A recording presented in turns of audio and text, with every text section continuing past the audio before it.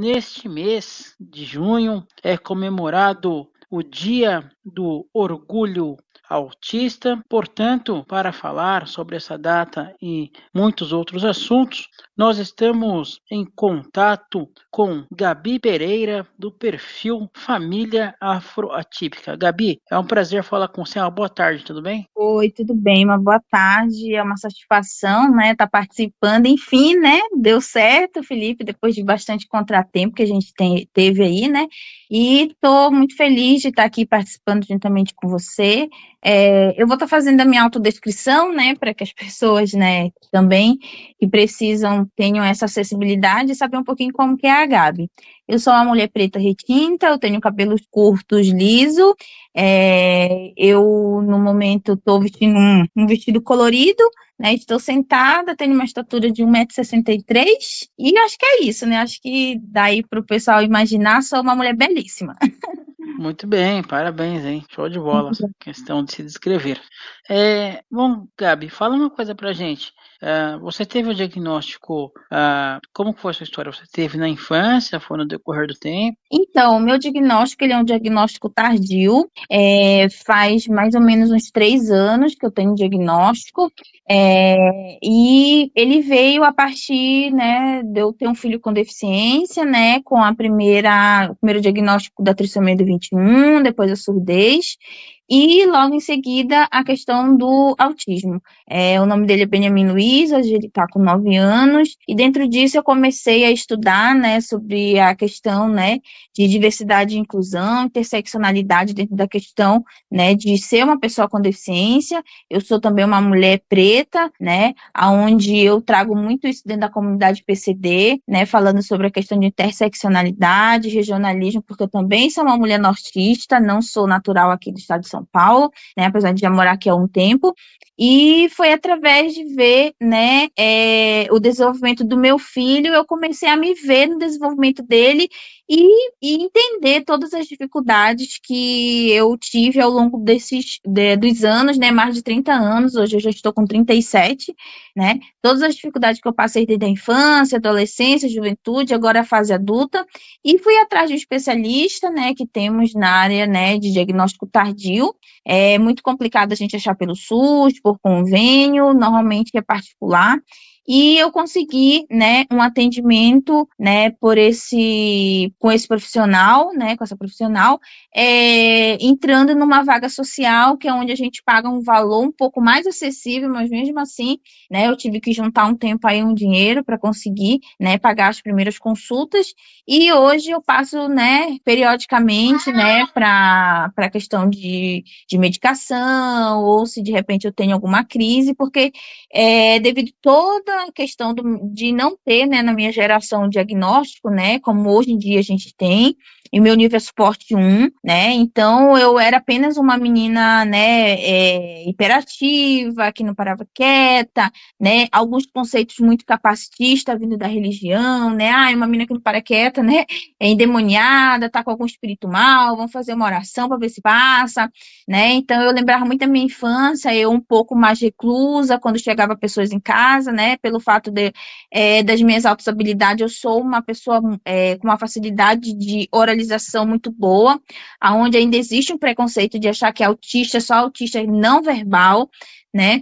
E eu aprendi a ler muito cedo, né? Eu sempre gostei de ler, de escrever, de artes, e dentro disso eu sempre tive algumas características, algumas crises, né? De desregulação, de muito choro, né? E tudo isso é avaliado por um profissional, então você precisa lembrar da sua infância, falar com algumas pessoas, né? Da sua família, e como eu não tenho mais nem minha mãe nem meu pai vivo, né? E como eu cuidei da minha mãe por um bom tempo durante ela ter câncer, né? Ela contava muitas histórias, e a minha mãe era uma mãe que ela sempre contava todos os anos, o aniversário dos filhos, ela contava a história, então a minha história eu ouvi umas 1000 vezes, então isso ficou muito marcado na minha memória, isso facilitou com que eu contasse a minha história para profissional, para que a gente conseguisse ter um diagnóstico, né, rápido, A primeiro momento eu fui para ter o diagnóstico de TDAH e acabei fechando também do TEA, né, que é o nível de suporte 1, e junto, né, devido a todas essas questões, eu tenho associado algumas comorbidades, como a depressão, a ansiedade generalizada, mais conhecido como TAG, o TP, que é o transtorno, né, do pânico. Então, é algo que eu, hoje em dia, consegui tratar, tenho tratamento, estou tendo também atendimento psicológico, né, apesar de ser tardio, e venho aí, né, aprendendo a lidar, né, com as minhas características e diminuindo mais essa questão que a gente mascara demais, né, para se parecer neurotípico. Então, hoje, o diagnóstico para mim foi uma liberdade. Então, foi basicamente, assim, resumindo, a minha trajetória para conseguir o diagnóstico. Entre as coisas que você falou, você citou a questão das altas habilidades. Além da questão da oralização, em que outras características se aplicam às suas altas habilidades? Então, eu sou uma pessoa com altas habilidades, vou dar um exemplo, eu sou musicista, eu aprendi a tocar violão, teclado e alguns outros instrumentos, né, sozinha. Questão de escrita, pesquisa, eu sou pesquisadora independente, eu sou escritora, eu tenho uma facilidade muito grande com escrita. Eu tenho, por exemplo, descalculia, né, alguns desses diagnósticos eu ainda preciso fechar eles, né, que vem associado com o TEA e o TDAH, como a neuropsicopedagoga, né, que eu ainda vou passar agora no psiquiatra para ter o encaminhamento para passar, mas como eu também sou uma profissional na área, né, sou psicopedagoga, né, tô só mesmo finalizando agora o meu estágio, devido eu ser uma pessoa autista e ter precisado de algum suporte e não ter, né, tido pela faculdade, e agora eu tô tendo e tô conseguindo fazer o estágio para, enfim, conseguir o meu diploma. Então, a gente acaba, né, estudando bastante sobre, e eu comecei a perceber em mim, né, essas altas habilidades, né, para essas questões, né, voltado para a questão de arte, cultura, de escrita, de dar palestra, consultoria, também aprendo algumas coisas assim muito rápido, assim como eu tenho a descalculia. Eu tenho uma dificuldade enorme com número. Então, não misture número com letra, que eu não entendo nada. Eu confundo datas, hora com hora, entendeu? Então, eu tenho que sempre estar anotando tudo. Mesmo assim, eu ainda confundo, né? Então, dentro disso, né, essas são as minhas altas habilidades, né, que eu percebo, mas eu ainda estou indo, né, vou ser encaminhada para um profissional para que eu consiga, né, ter mais certeza a respeito desse diagnóstico. Nessa questão dos instrumentos que você citou, violão, teclado e outros instrumentos, hoje em dia você ainda toca, você faz shows, alguma coisa assim? Não, hoje em dia eu não toco mais né, na minha juventude eu toquei, né, em banda, participei de bandas na igreja, teatro, dança, né, também sempre tive muita facilidade para dança, para aprender, né, balé, né, outros tipos de modalidade de dança. Hoje em dia eu faço mais por hobby em casa, quando eu estou em alguma terapia ou outra do bem que tem um local ali mais isolado, eu vou lá e isso me regula bastante. E o violão e teclado é igual andar de bicicleta, né? Quando você tem um, você consegue tocar. Só que devido, né, toda a minha luta com o Benny, eu precisei vender, né, alguns meus instrumentos, assim como outras questões que eu tenho. Eu também tenho, né, por exemplo, um tambor xamânico, eu tenho uma flauta indígena aqui que eu estou aprendendo a tocar, né, junto com meu filho, e futuramente eu pretendo de novo retomar e ver se eu consigo comprar um violão e teclado, porque eu sinto muita falta, né, de tocar. Por hora, né, eu não faço isso a nível profissional, mas é mais como algo assim para me acalmar e também, né, fazer um pouco, né, com o meu filho também. Enquanto a gente não consegue aí a terapia de musicalização, eu trabalho com ele, né, isso em casa também. No caso do seu filho, você falou os problemas que ele tem e, se não me engano, a questão da surdez. Então, no caso, seria parcial? Não, então, o Benny, ele tem 3 deficiências, a surdez dele é congênita, né? Quando uma pessoa, ela é surda, é que ela é congênita, ela nasceu surda, né? Igual quando uma pessoa, né, ela nasce cega, e existe também as pessoas que adquirem, né, a deficiência auditiva ao longo da vida, né? Tem pessoas que vão perdendo a visão, tem pessoas que vão perdendo a audição, algumas pessoas perdem a mobilidade, ou podem sofrer algum acidente ou ter algum tipo, né, de doença rara, diabetes, né, que pode tornar essa pessoa uma pessoa com deficiência. Mas no caso, por exemplo, dos transtornos neurológicos, que aí entra o TEA, o TDAH, né, não pode ser adquirida ao longo da vida, né, a pessoa nasce, algumas pessoas elas têm uma predisposição, né, às vezes elas não têm a característica muito acentuada, mas de acordo com o ambiente que ela vive, né, o suporte que ela tem ao longo da vida, né, tanto o TDAH quanto o TEA, eles podem subir de nível de suporte, que antigamente se falava, né, leve, severo, né, agressivo, as pessoas usavam essas palavras que hoje em dia elas estão, né, fora de moda, né, são palavras completamente capacitistas. Então, dentro da questão da surdez, existe ainda cientificamente o leve, o moderado e o profundo, severo e profundo. O Benny, ele tem uma surdez de severa para profundo do lado direito, onde ele só sente vibrações dos sons e da fala, ele não escuta, por exemplo, entender audivelmente o que a gente está falando, mas ele sente a vibração dos instrumentos, ele sente a vibração quando a gente coloca, né, para ele, por exemplo, eu trabalho com ele muito a oralização e a vibração no corpo, porque o surdo, ele aprende muito através da vibração, sentir a vibração do som, né, além da oralização que eu trabalho com ele. Então, no lado esquerdo, ele é profundo, ele não ouve nem vibração do lado esquerdo. Então, ele é surdo congênito, ele tem, né, a trissomia do 21, que é uma condição genética, que é conhecida, né, que também está em desuso esse termo, como síndrome de Down, e ele é autista nível suporte 2, e está agora sob investigação também do TDAH, além de ser uma criança, né, que nasceu cardiopatia congênita, e hoje ele é um cardiopata corrigido. Ele fez 2 cirurgias cardíacas e está super bem hoje, né, graças a muita luta, minha e do meu esposo Moisés. Assim, hoje em dia nós sabemos que na escola, infelizmente, está sendo colocado, né, não está tendo mais o professor auxiliar e alguém da família tem que ficar com a criança. Como que está sendo trabalhado isso com o seu filho? Você está acompanhando ele, já que ele tem, além da questão do autismo, essas outras questões? Então, meu filho, ele sempre foi na escola regular desde os 3 anos de idade. Ele começou na creche ciclo 3, né, que tem aqui no município, e estudou até o período da pandemia todo, mas o ano passado a gente teve alguns conflitos, né, com alguns profissionais que gerem a escola, como diretora e coordenadora pedagógica, onde elas não conseguem entender como que tem que funcionar o apoio que o meu filho precisa, que a gente conseguiu o suporte para ele, né, ele tem, né, o direito a professor auxiliar, um intérprete de Libras e um profissional de apoio para as ADVs, que são as atividades de vida diária, como troca de fralda, alimentação, né, alguma medicação que ele precisa tomar, né, no decorrer dele estar no período escolar.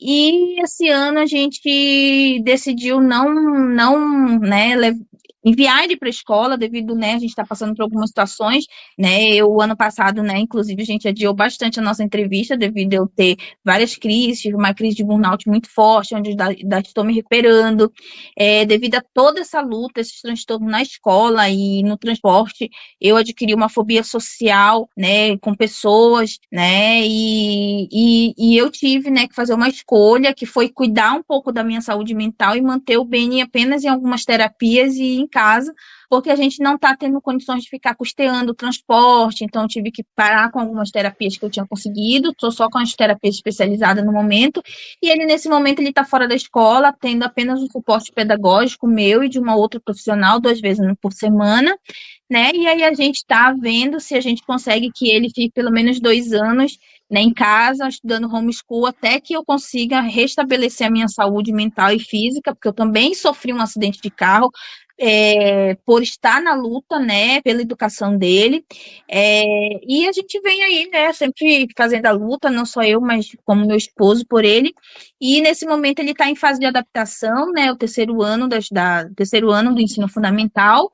Ele é uma criança que está sendo alfabetizada em Libras, português, comunicação alternativa, eu ensino, né, leitura labial, e também a gente parte do entendimento para que ele entenda entenda, né, o que significa Libras, o português, a oralização, né, em português, através da sua comunicação gestual. Então, a gente vai entendendo o que ele quer dizer com a sua comunicação gestual, que é o corpo, é um piscar de olho, é um apontar, é uma batidinha no pé, ele pegar na mão e levar a gente vai inserindo os sinais em Libras, a comunicação alternativa, a gente também vai oralizando, e assim ele está se desenvolvendo, né? Graças a muita luta, muita pesquisa, muito estudo, tanto meu quanto do meu marido, né? A gente tem criado várias ferramentas como tecnologia assistiva de baixo custo.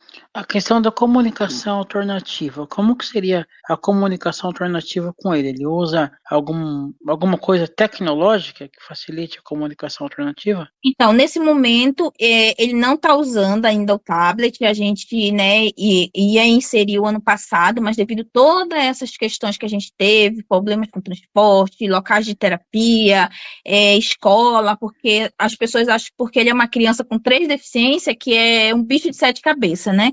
Então, sempre um profissional culpabiliza, por exemplo, ele está numa instituição de autismo, eles não sabem atender uma criança com trissomia do 21 surdo e autista. Vai para uma instituição que atende trissomia do 21, não sabe atender com TEA e surdez. Vai para uma instituição que atende surdo, não sabe atender uma criança autista, surda e com trissomia. E aí fica sempre aquela coisa, né, de culpabilizar uma outra deficiência para incapacidade de se profissionalizar ou de procurar pelo menos seguir um pouco da orientação que a família passa, né? Normalmente muitos profissionais acham que quando a família está querendo participar, né, ali do desenvolvimento ou ensinar eles como lidar com a criança, que nós estamos querendo fazer o papel terapêutico. Não, a gente quer fazer o nosso papel de família, né? Porque família, terapia, escola e sociedade andam junto. Não tem como isso andar separado. Só funciona se a gente estiver andando junto, né? E com só o objetivo que é o desenvolvimento da criança.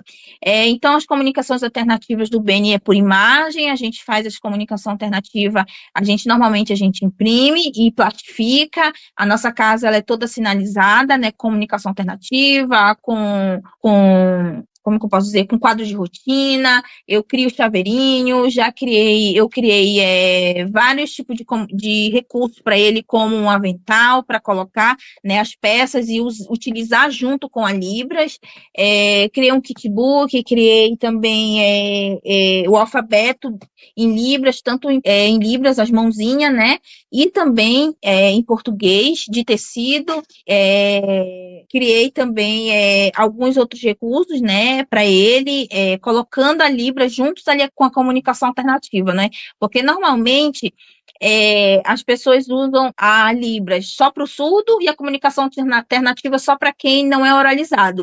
Eu estou fazendo todo um trabalho, né, de pesquisa e aplicando no meu filho, porque ele não tem como eu pegar ele e falar assim, eu vou pegar agora o surdo, né, e vou dar Libras. Vou pegar o autista e vou colocar a comunicação alternativa. Não dá, porque essa diversidade, ela está no indivíduo só. Então, eu tenho que pesquisar, estudar muito para me conseguir aplicar para que eu não coloque, por exemplo, a Libras, mas esquecendo que ele é uma criança com trissomia do 21 e autista. E também não coloque a comunicação alternativa, esquecendo que ele é surdo, que ele pode oralizar, que ele pode ler lábios, que ele pode sentir vibração e que ele pode aprender Libras.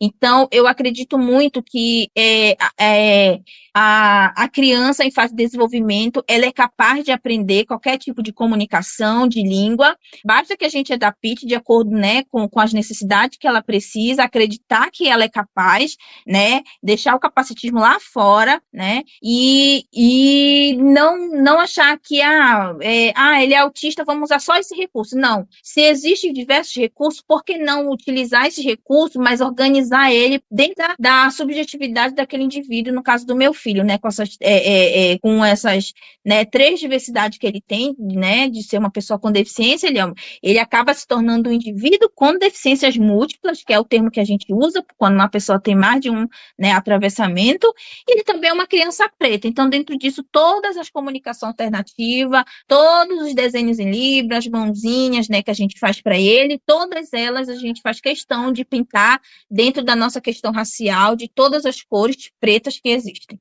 Essa questão da cor, você aborda muito isso no seu canal. Você acredita que se vocês não fossem negros, a vida seria de uma forma melhor? Seria mais branda, vamos dizer assim? Com certeza.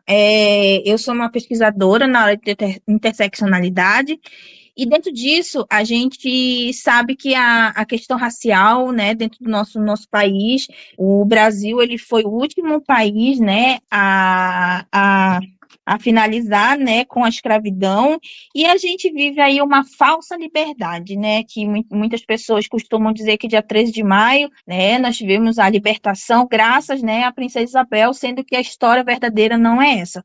Foi através de muita luta dos nossos ancestrais, né, e através de luta política de outros países, aonde, né, tiveram que obrigar praticamente, né, a coroa portuguesa a fazer a libertação, onde essa libertação, né, foi simplesmente colocar os nossos ancestrais para fora, não foi feita reparação histórica, como dar terras, né, dar recursos, dar emprego, entendeu? Então, essa questão racial ela é muito forte, e é por isso que dentro da questão da comunidade negra, a gente sempre fala que a raça vem primeiro. Por quê?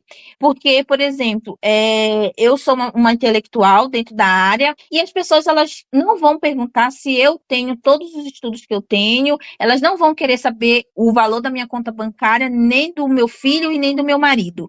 Elas primeiro vão olhar para mim, elas já vão subjugar que eu não tenho condições, que eu não sei falar bem, que eu não sei me colocar. Então, quando eu começo a falar e mostrar que eu tenho conhecimento, que eu não vou aceitar que trate meu filho de qualquer forma, as pessoas meio que levam um choque, porque elas né, não estão acostumadas a ver, né, famílias como a nossa, né, uma mãe preta com maternidade atípica, e está lutando contra o assistencialismo, está lutando contra o racismo, contra a pobreza, e que não vai aceitar que o filho e que a sua família seja tratada de qualquer forma. Então, com certeza, se você nasce com uma pele não negra, né, mesmo que você seja da mesma classe social, né, é completamente diferente. Eu já cheguei a ter contato com mães brancas da mesma classe social que eu, onde mesmo o médico atendia meu filho, né, atendia essas mães de maneira muito melhor do que me atendiam, inclusive dava até medicação,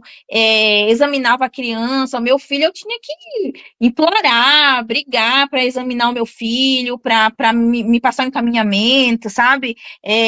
Fora os olhares, né, a forma, né, de muitas das vezes nem olhar para a gente dentro de um consultório, né? Hoje em dia a gente também, né, tá pagando convênio, e a gente conseguiu, né, algumas terapias para ele em clínicas. Então a gente percebe que quando a gente chega no ambiente, algumas famílias se sentem incomodadas com a nossa presença ali. Então isso é muito óbvio, porque, né, o autismo ele não é uma deficiência aparente. Então assim, não tem como a pessoa olhar para mim de primeira já deduzir que eu sou autista. Então quando eu chego já é perceptível, né, um incômodo, e a gente percebe muito isso que é racial, né? E o meu filho, apesar dele ter uma deficiência aparente, que é a trissomia do 21, algumas características dele é muito parecida com a minha, né? Com pessoas, né, que têm a descendência afro-indígena, e às vezes meio que passa um pouco batido, porque ele é um tipo de trissomia do 21 por translocação, né? Ele não é a trissomia livre, que tem muito mais característica, né? Ele tem algumas características e outras não.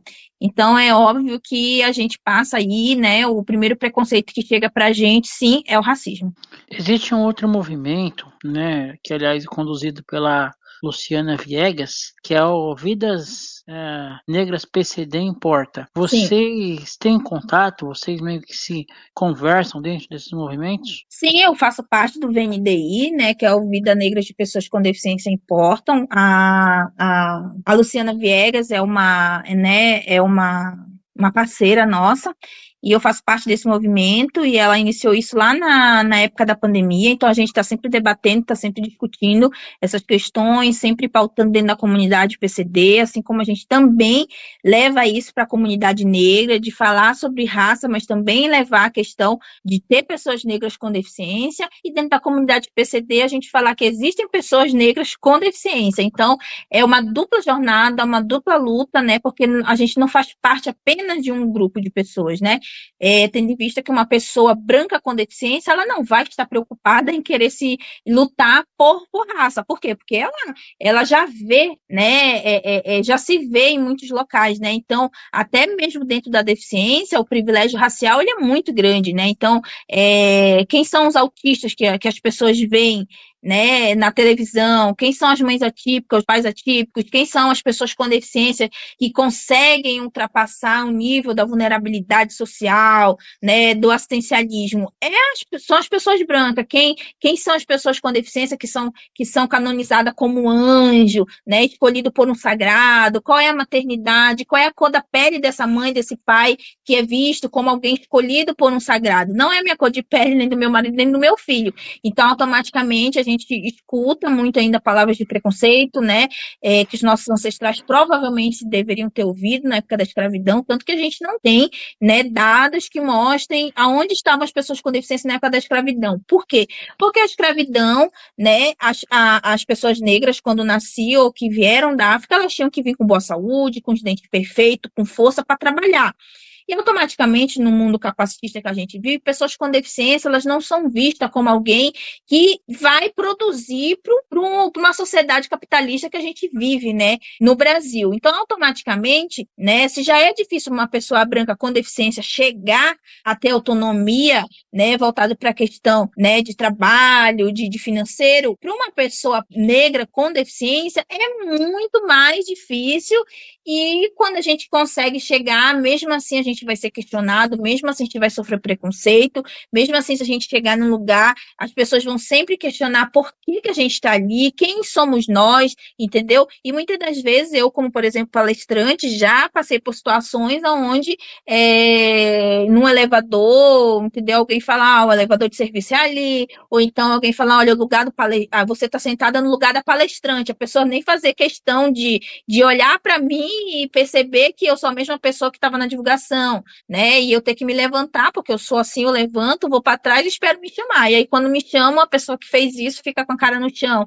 Então, são N situações onde muitas das vezes eu consigo estar em alguns espaços, eu chego lá, eu consigo contar os meus. E aonde estão os meus? Normalmente as pessoas negras estão ou servindo, ou limpando, ou dentro do banheiro, ali para dar um suporte, né, para as pessoas que estão ali. E a maioria das famílias, de pessoas com deficiência, são brancas. A gente consegue ainda hoje contar nos dedos quem são as pessoas, né, negras com deficiência que estão em algum evento, como um seminário, uma palestra, uma parada, PCD que hoje a gente tem, né, qualquer tipo de luta, né, porque nós nem conseguimos, né, as pessoas com deficiência não estão conseguindo nem entrar na pirâmide, né, de políticas públicas, e quando conseguem entrar, elas não são da nossa cor. Você falou a questão a nível de Brasil. Você tem algum tipo de levantamento de como que é isso fora do Brasil, aqui na América do Sul, mesmo na Europa? Você tem algum levantamento em relação a isso?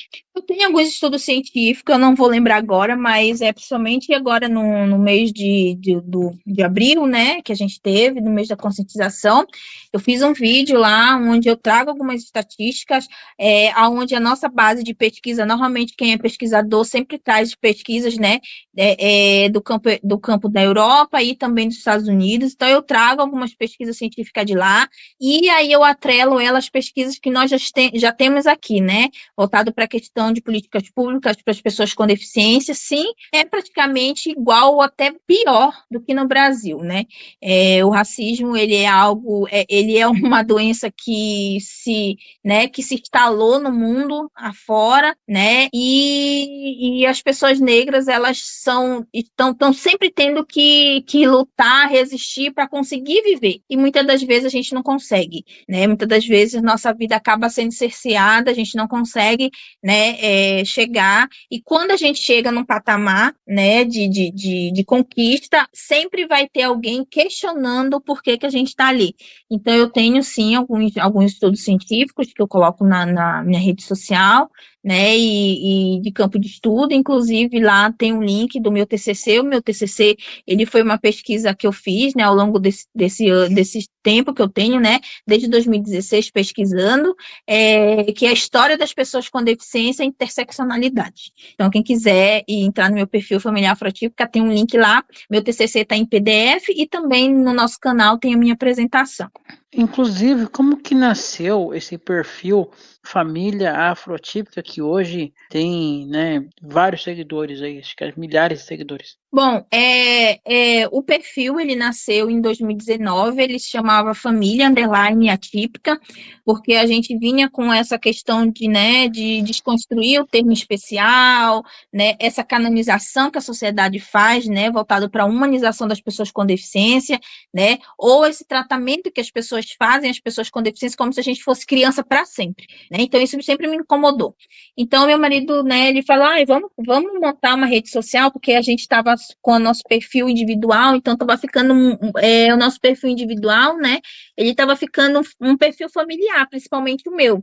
Então a gente decidiu fazer esse perfil e no ano de 2022 para 2023 a gente decidiu mudar o nome, exatamente pela questão do racismo do algoritmo também, e também porque muitas das vezes as pessoas marcavam perfis com um nome parecido com o nosso e não era o nosso perfil. Eu fui fazer uma pesquisa, né? Porque quando eu comecei, só tinha esse nome, Família Típica, eu acho que na Colômbia ou México, eu não me lembro, se eu não me engano, era um canal no YouTube. E aí eu peguei e falei, eu vou colocar o meu e vou colocar underline, né? Para trazer esse conceito para cá, para o Brasil, né? De família típica. E eu fui pesquisar, eu encontrei acho que 56 perfis com o mesmo nome que o nosso e muitos perfis, né? Acho que eu achei um só de família negra, os outros todos de famílias brancas e que haviam começado bem depois da gente, mas que tem milhares de seguidores, inclusive nas redes sociais. É muito complicado as pessoas negras conseguirem, né? Inclusive, eu levei 4 anos para bater 10K. Hoje eu estou com 11K de seguidores, e mesmo querendo conteúdo, mesmo, né, fazendo trade, é bem complicado, né, da gente conseguir, né, essa visualização, que pessoas sigam, comentem, compartilhem, né? Principalmente quando a gente fala de raça, né? Porque as pessoas ainda têm muito aquela visão de seguir os perfis, né? Que canonizam sua maternidade, a sua paternidade, que falam, o meu filho veio para me ensinar, veio para fazer eu valorizar A mais B, e eu não acredito nisso, entendeu? Nem eu, nem meu marido, né? Eu não preciso me tornar uma pessoa melhor porque eu tive um filho com deficiência, né? Eu tenho que evoluir todos os dias, porque isso vai fazer bem para mim, né? Isso vai fazer bem para a sociedade do modo geral. Eu não preciso ter, eu nunca precisei ter um filho com deficiência para me ser uma pessoa, né, que está em constante evolução. Então, aí eu conversando com meu marido, eu falei, olha, como a gente fala muito de raça,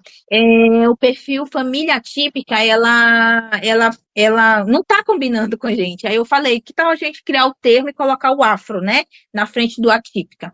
E aí a gente criou, meu marido criou o logo, onde esse logo ele tem, né, ele tem uma imagem, né, com as letras, né, o F, e aí dá continuação no A, né, que é família afro, e aí o A pequenininho atípica. Então ele tem formato de uma aldeia, porque eu falo muito sobre ser aldeia, né, que uma aldeia, né, é uma cultura muito das pessoas, né, afro-indígenas, pessoas afro-indígenas, né, que tem, né, a descendência de pessoas afro-indígenas. Então, como eu sou do norte, eu tenho essa descendência também. Então, são aldeia. O que é você ser aldeia? É você acolher as pessoas, é você não discriminar, não excluir.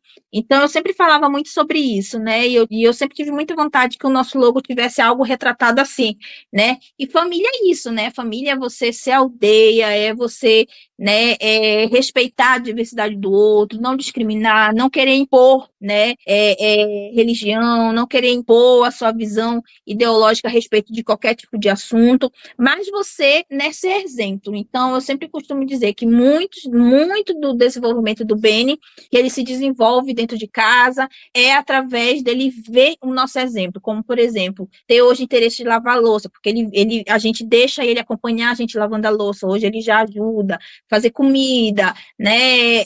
Chegar em casa, tirar a roupa, colocar no cesto do lixo, tirar o sapato, colocar no lugar, né? Organizar as coisas dele, organizar os brinquedos dele, ter responsabilidade com as coisinhas dele, entendeu? Por quê? Porque ele vê o pai, né, cuidando das coisas dele, eu cuido da minha, quando não estamos bem, um cuida do outro, então ele também tem isso quando eu não estou bem, de cuidar de mim, de cuidar do pai, entendeu? Nem que seja indo na geladeira pegar uma garrafa de água, isso já demonstra cuidado. Às vezes eu estou com muita disfunção executiva, eu não consigo pegar uma coberta, eu peço para ele, vai e pega uma coberta para mim, automaticamente ele também faz isso com o pai, né? Então a gente mostra para ele, né, que nossa família é uma aldeia e a gente precisa primeiro ser aldeia aqui, para depois a gente querer ser aldeia nas redes sociais, querer ser aldeia lá fora, né, numa escola, no trabalho. Então o nosso perfil ele nasceu assim, né? E essa mudança veio exatamente por causa disso, né? Por causa dessa questão da gente também criar um novo conceito para que as pessoas entendam, né, que existe a família atípica, que é a família das pessoas brancas, e a família afroatípica são famílias de pessoas negras com deficiência. O que representa para você esse dia, né, que é comemorado agora nesse mês, que é o Dia do Orgulho Autista? Olha, esse dia ele é um dia que ele foi criado pela comunidade autista, porque a gente vem reivindicando, porque o Dia da Conscientização, no mês de abril, se tornou algo onde as famílias, né, colocam muito aquela coisa, né, porque o mês de conscientização é diferente do Dia do Orgulho Autista. O Dia do Orgulho Autista é de fato para a gente comemorar, é de fato para a gente se orgulhar de quem somos, né? Então, é onde nós autistas vamos, né, estar nas redes sociais, no trabalho, seja onde for na sociedade, tendo orgulho de quem a gente é. E não tendo um profissional na área que é formado, não uma mãe ou um pai falando pelo autista. Não, é o autista que vai falar sobre como ele se sente. Porque, na maioria das vezes, o mês da conscientização se tornou um mês onde muito das famílias falam sobre, comemoram, né? Mas a gente não tem o direito básico, que é as terapias, que é poder ter o direito de ir e vir, que é poder, né, finalizar, né, o estudo. A maior evasão que a gente tem dentro da questão educacional são de pessoas negras, seguido por pessoas com deficiência e pessoas LGBTQIA+. A evasão escolar, por causa da discriminação, né, o preconceito é muito grande. Automaticamente, essas pessoas não conseguem chegar, né, no nível superior para poder ser colocado no mercado de trabalho. E aí fica sempre naquele limbo, né? Vai conseguir o BPC, né, que é um salário, como se nós não tivéssemos capacidade de nos profissionalizar. Então, o Dia da Conscientização se tornou algo onde, né, as pessoas que lucram com o autismo, vendendo cura, né, querendo misturar, né, atendimento terapêutico dentro da escola, ganhando fortuna em cima, né, dos nossos atravessamentos e daquilo que a gente luta. O mês do orgulho autista foi criado pela comunidade PCD, como eu falei, né, pela comunidade autista, como eu falei, e é o dia da gente, de fato, se orgulhar, assim como a gente tem um dia do orgulho, né, LGBTQIA+, onde as pessoas se orgulham da sua sexualidade, do seu gênero, né, de ser quem são. E esse dia foi criado por nós também criamos o símbolo da neurodiversidade, que é diferente do símbolo, né, que a gente tem aí regido por lei, que é o quebra-cabeça. Então, a gente está vindo aos pouquinhos, né, tentando mudar e mostrar que nós somos capazes de falar por nós mesmos, seja oralizando, seja comunicação alternativa, seja com Libra, seja apontando, seja só olhando, piscando, batendo o pé, levantando a mão, nós podemos falar por nós mesmos. Então, você comentou sobre um outro grupo que tem o dia, né, do orgulho, além do orgulho autista. Isso, de uma certa forma, você não acha que o pessoal liga um grupo com o outro, não aumenta um pouco o preconceito? Então, as pessoas autistas, existe uma canonização, como eu falei, né, de nós sermos anjos, e isso, né, ao longo dos anos, além de nós sermos anjos, nós, né, onde que estavam as pessoas negras autistas, né? Se você for estudar a história, por exemplo, do maior manicômio que teve em Minas Gerais, entendeu? As crianças autistas negras e até mesmo as crianças brancas que as famílias não queriam, elas colocavam dentro desse hospital, né? Foram milhares de pessoas mortas dentro daquele local. Então, era tirada a sexualidade, o gênero dessas pessoas. Então, hoje, por exemplo, você vê dentro da comunidade autista, muitos dos autistas adultos são pessoas que fazem também parte da comunidade LGBTQIA+, entendeu? São pessoas que eu mesmo faço parte da comunidade LGBT, apesar de hoje eu ser uma pessoa casada, né, com um homem, tá no relacionamento heterossexual, mas eu tenho a minha sexualidade, não é heterossexual, eu ainda estou ainda em fase, né, eu até estava conversando esses dias com o meu esposo, eu falei para ele, eu estudando, né, sobre minha questão de gênero, minha questão de sexualidade, eu me vejo muito dentro da questão de uma pessoa pansexual, né, que é uma pessoa que se relaciona com pessoas, independente de gênero, né, independente de qualquer questão, né, voltado para a questão dessa diversidade. Então, dentro da comunidade autista, né, as pessoas têm essa questão de achar que o autista, ele não tem sexualidade, ele não pode casar, ele não pode ter filhos, se ele casa, ele tem filho, o diagnóstico é questionado, né, então por isso que muitas das vezes você encontra, né, pessoas, né, principalmente na parte científica, tirando de nós a nossa sexualidade, os nossos desejos, somos seres humanos, antes de sermos autistas, antes de sermos pessoas LGBTQIA+, pessoas negras, nós somos seres humanos, e o ser humano, ele nasce com a sua sexualidade, entendeu? E ele precisa ser orientado, né, sobre a sua sexualidade, é por isso que é importante a educação sexual dentro das escolas, não para ensinar como, né, fazer o ato em si, mas, por exemplo, existe dados científicos que comprovam pessoas com transtorno neurológico, deficiência intelectual, elas são, e pessoas com deficiência no modo geral, são a que mais sofrem violência sexual, abuso sexual, dentro de casa, nos tratamentos terapêuticos, tratamento médico, dentro da escola, porque muitas dessas crianças não são hormonizadas, elas nem sabem, entendeu? O que pode e o que não pode. Tanto que hoje a gente tem um projeto que se chama Eu Me Protejo, né, que inclusive estava fazendo uma campanha muito linda agora no mês de maio, onde no dia 18 a gente, né, traz muito essa questão de que teve uma criança que ela foi brutalmente violentada e morta, então todo dia 18 a gente, né, sempre faz essa campanha, né, então tem o Eu Me Protejo, aonde traz, por exemplo, acessibilidade em Libras, comunicação alternativa, linguagem simples, para que as pessoas com deficiência, né, os autistas não verbal, os surdos, né, as pessoas com deficiência intelectual, né, entendam, né, sobre o que é a sua sexualidade e que não é qualquer pessoa que pode, né, que tocar no seu corpo, né, e para entender que a partir do momento que alguém toca em certas partes do seu corpo, aquilo é um abuso, né, então é óbvio que o preconceito ele vai aumentar, qualquer pessoa que tenha de um ou mais atravessamento,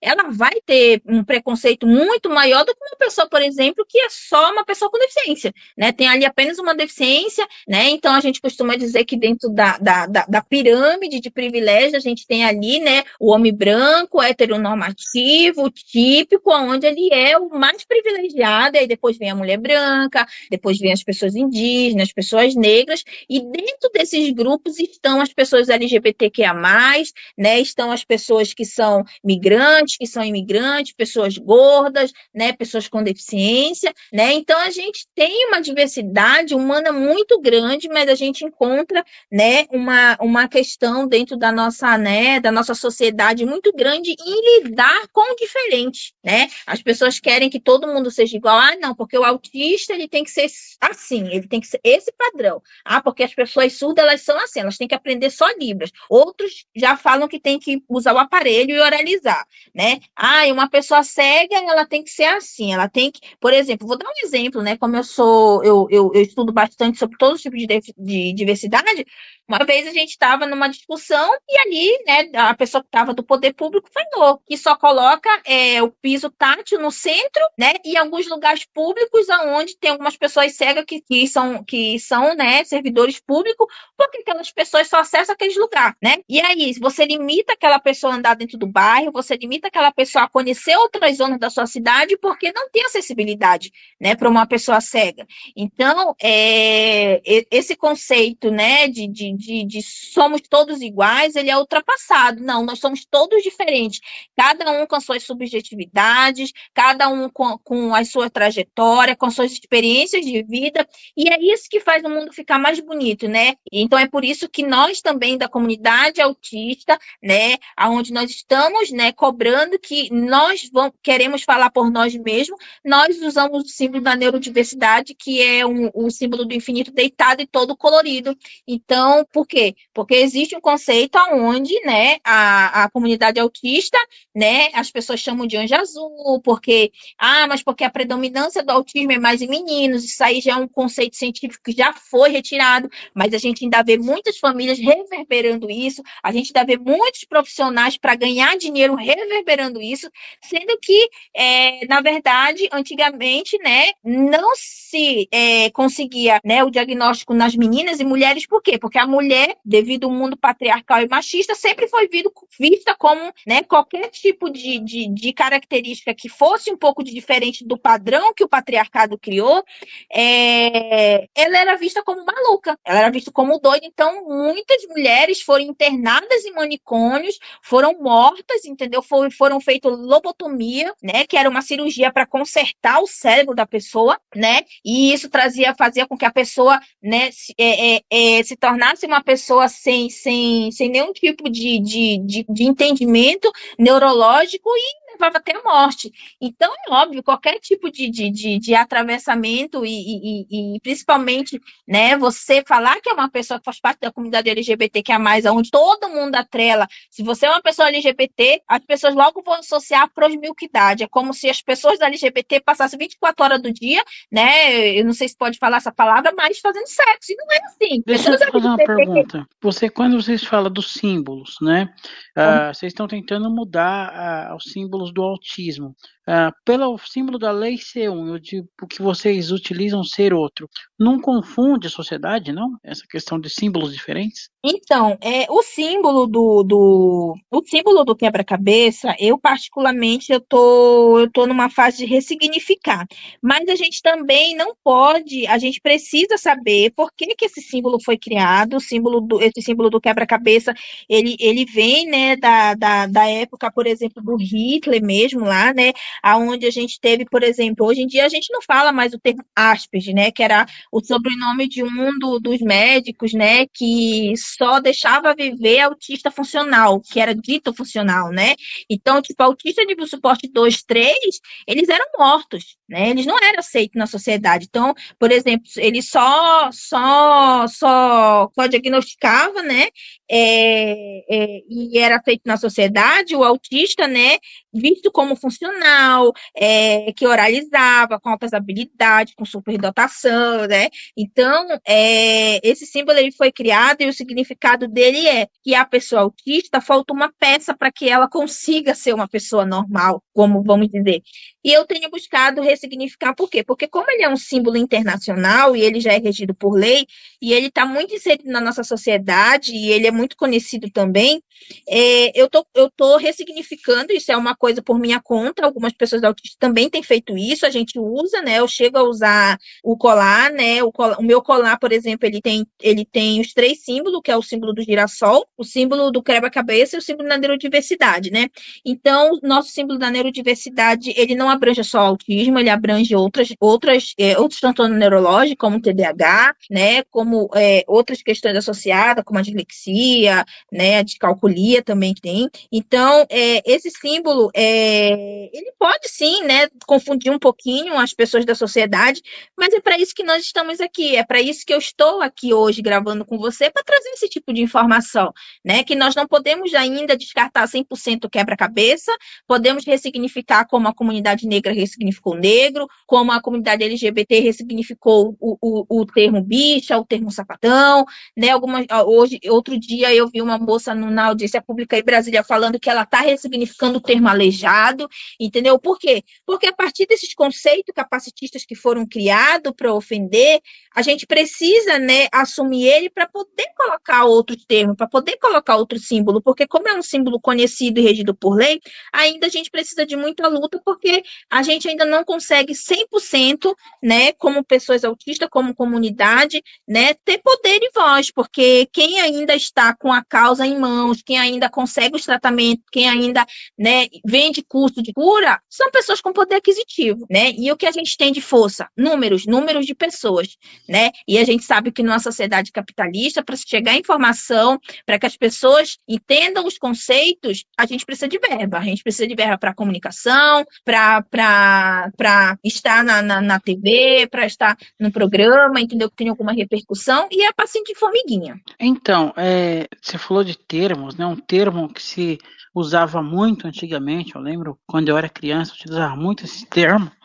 Hoje você já não vê tanto o termo portador, né? Antigamente falava portador de deficiência, depois mudou para PNE, que também era um termo bem complicado também, né? Pessoas com necessidades especiais, dava outra conotação, e enfim chegou no termo PCD, né? Pessoas com deficiência, partindo do princípio que antes da deficiência somos pessoas. Sim, esse termo pessoa com deficiência, ele se tornou lei obrigatória, né, pelo Senado, foi aprovado no final de 2019, e é o termo utilizado porque primeiro vem a pessoa, depois vem a deficiência. Então, eu sou uma pessoa autista, né? O meu filho é uma pessoa autista, ele é também uma pessoa surda, ele é uma pessoa com trissomia do 21, né?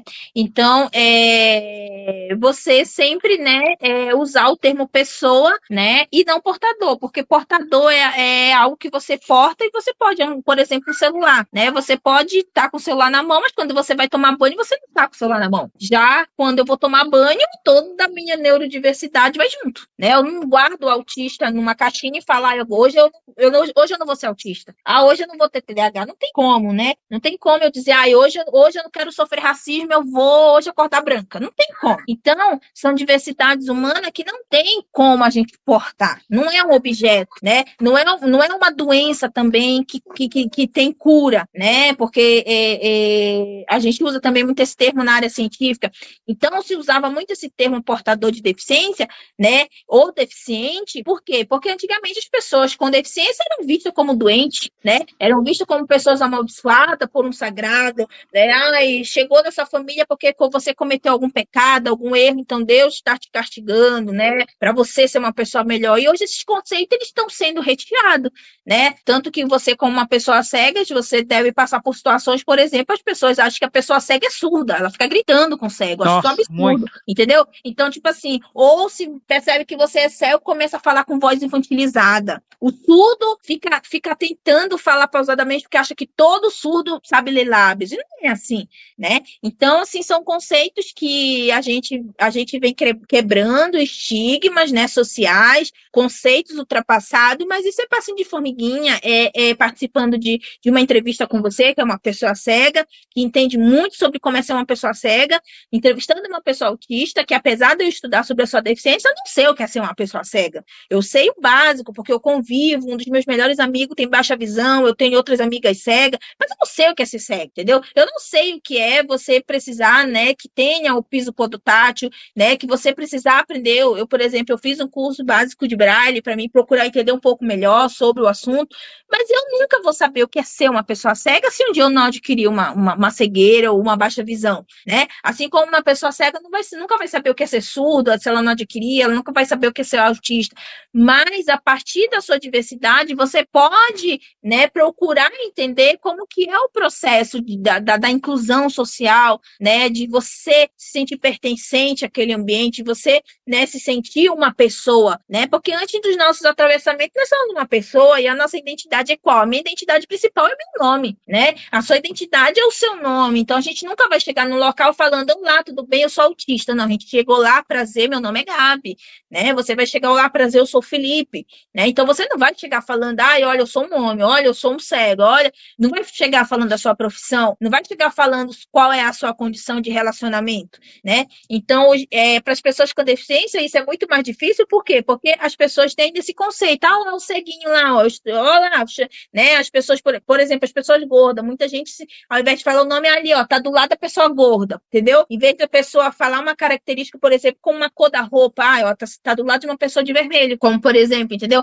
Então as pessoas têm a tendência sempre as pessoas com deficiência ou as pessoas da comunidade LGBTQIA+, as pessoas negras, sempre pela sua condição. Olha lá o neguinho, olha lá, olha lá o macaco, olha lá, tipo o asfalto, entendeu? Sempre foi assim, entendeu? Sempre para querer diminuir o fato da pessoa ter uma diversidade diferente, né, da padrão, né, que é o padrão branco, heteronormativo e típico, né?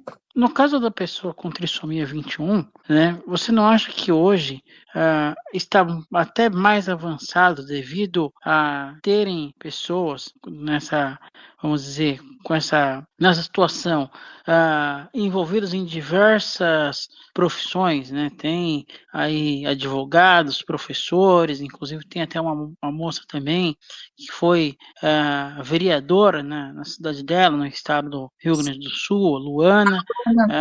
Você não acha que, de uma certa forma, isso evoluiu bastante, a questão dessas pessoas vistas na sociedade? Sim, a gente tem tido uma evolução, né? Mas ainda é um espaço muito embranquecido. Você ainda precisa ficar perguntando, né? Eu participei recentemente, né? Eu sou agora uma autodefensora da educação inclusiva, né? Pelo MEC, a SECAD, e a gente uma pessoa com trissomia do 21 negra, né, como autodefensor, né, mas na comunidade autista a gente tem conseguido, né, avançar um pouco mais nessas pautas de questão de gênero, sexualidade, raça, entendeu? Na comunidade autista apesar de ser uma luta, mas a gente, por exemplo, conseguiu levar quase, acho que 9 pessoas negras, né, pessoas de regiões diferentes, do Nordeste, eu sou natural do Norte, só não foram pessoas do Sul devido à tragédia, mas participaram online, inclusive a Luana estava nesse evento, tivemos outras pessoas de Curitiba, do Rio Grande do Sul participando também, né? Então, apesar de termos esse avanço, ainda a gente encontra essa dificuldade de ver pessoas negras com trissomia do 21 nesses espaços, sendo autodefensor, ainda é muito embranquecida. A comunidade PCD, assim como todas as outras, LGBTQIA+, o movimento de mulheres, entendeu? É muito embranquecido, né? Então, quando a gente chega a falar, cadê as pessoas negras com deficiência, as pessoas acham que a gente vai dividir a comunidade. Não, a gente não vai dividir a comunidade, né? Porque se somos, né, 58% da população, automaticamente dentro desse censo, somos a maioria também de pessoas com deficiência. Somos a maioria de mães, né, negras com deficiência, de maternidade solo. Mas cadê essas mulheres? Elas estão aonde, né? Elas estão abaixo da linha de pobreza. Elas estão sobrecarregadas, elas não conseguem ocupar os espaços. Eu consigo ocupar os espaços com muita dificuldade e ainda sou muito questionada. O que está fazendo aqui? Entendeu?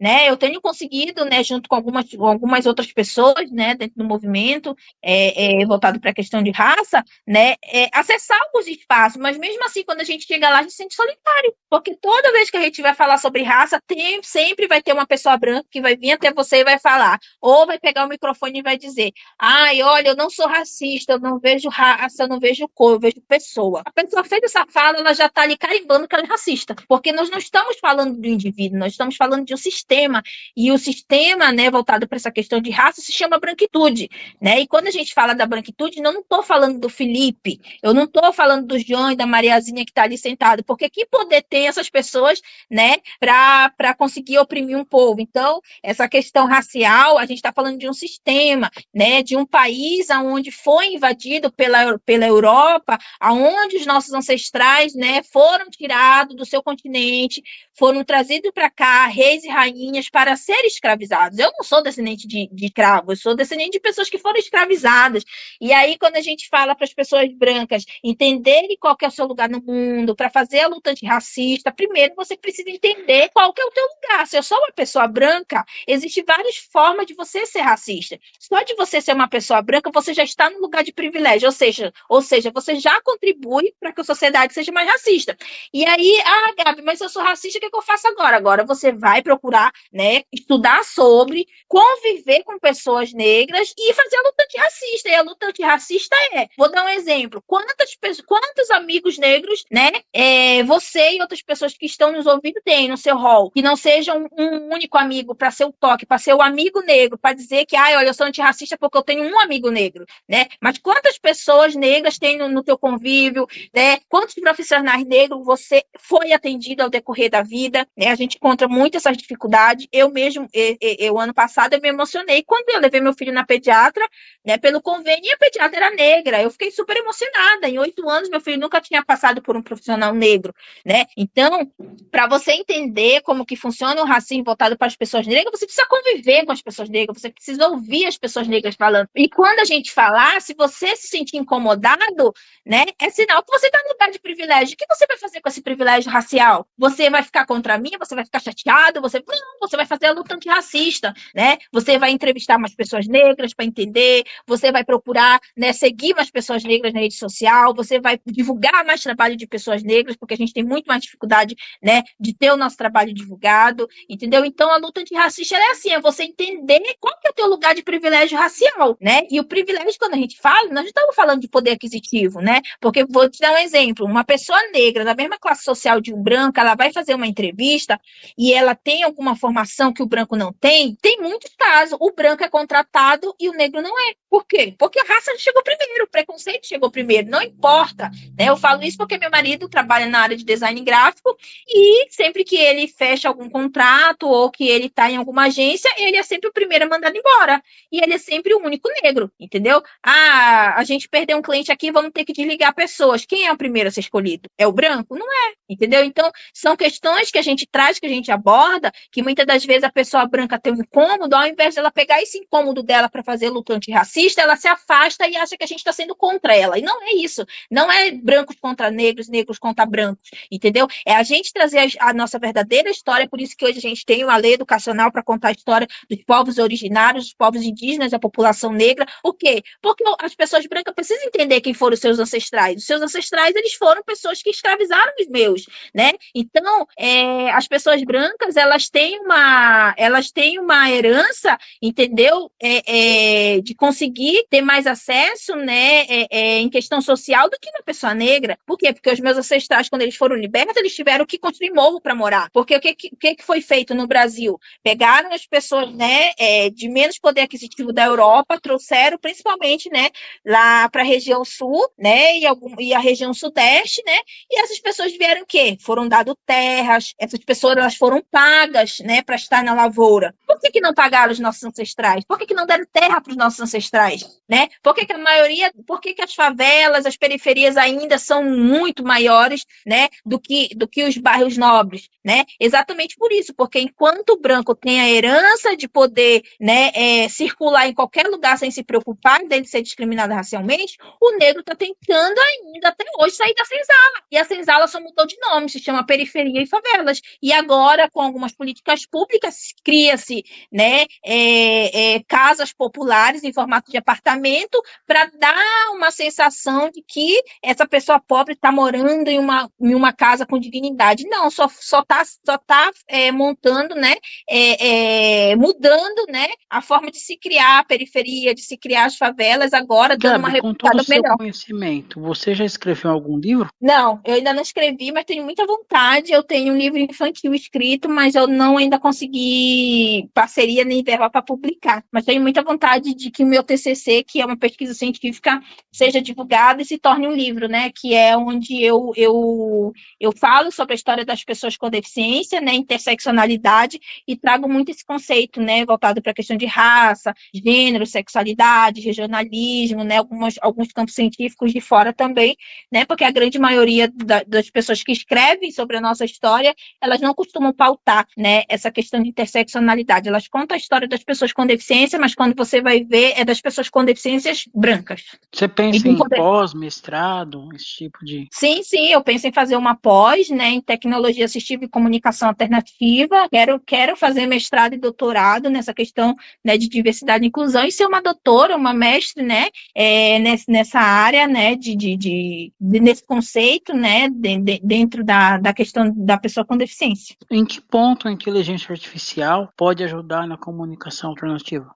Em vários aspectos, né, mas a gente tem que tomar um pouquinho de cuidado para que a inteligência artificial não se torne algo que a gente vai ali, coloca e está pronto, entendeu? Sabe, efeito micro-ondas, onde a gente não tudo a máquina que faz, a gente não consegue mais usar as nossas habilidades, né, o nosso cérebro, porque o nosso cérebro é uma máquina muito potente, se bem estimulada, bem trabalhada, a gente consegue criar coisas incríveis, né? Então, a gente não pode deixar, por exemplo, com que os meios tecnológicos substituam as nossas habilidades humanas, né? Então, ela pode usar muito, mas nós precisamos usar com moderação. Gabi, em nome da Web Rádio Teletema, do programa Espaço da Inclusão, eu gostaria de agradecer demais a sua atenção, a sua cordialidade aqui com o nosso programa. Gostaria que você fizesse as suas considerações finais e passasse os seus contatos, por gentileza. Bom, primeiro eu quero agradecer pela oportunidade, pela escuta, né, e pela paciência também, né, porque eu sou uma pessoa extremamente sobrecarregada por todos os atravessamentos que eu enfrento, né, e para quem, né, vai nos ouvir através, né, da rádio, depois pelo canal do YouTube, siga as nossas redes sociais em todas as plataformas, né, Instagram, TikTok, Kawaii, YouTube, @família afroatípica. Siga lá, acompanha, fortalece, indica o nosso trabalho. Eu sou palestrante, sou consultora de diversidade e inclusão, né? Estou finalizando aí como psicopedagoga e quero me especializar em diagnóstico tardio, né? Para conseguir atender, né? Pessoas aí que estão em busca do seu diagnóstico e muitas das vezes, né? Através de estar, né, inserido na rede social, começa a se identificar como eu me identifiquei através de ver o filho. Então, eu quero me especializar nessa área, né, porque uma psicopedagoga trabalha nisso, para poder encaminhar essa pessoa, né, fazer um relatório, encaminhar para um psiquiatra, um neurologista, né, e também sou criadora de conteúdo, trago assuntos muito importantes nos nossos perfis, né, mas a gente procura trazer também com um pouco de humor, né, a gente cria trend, entendeu? E é isso, só gratidão, obrigado a todas as pessoas, né, que acompanharam a nossa entrevista, e é isso, mais uma vez obrigada ao Felipe e à sua equipe. Ok, conversamos com Gabi Pereira, do perfil Família Afrotípica, aqui na Rádio Web Teletema, programa Espaço da Inclusão.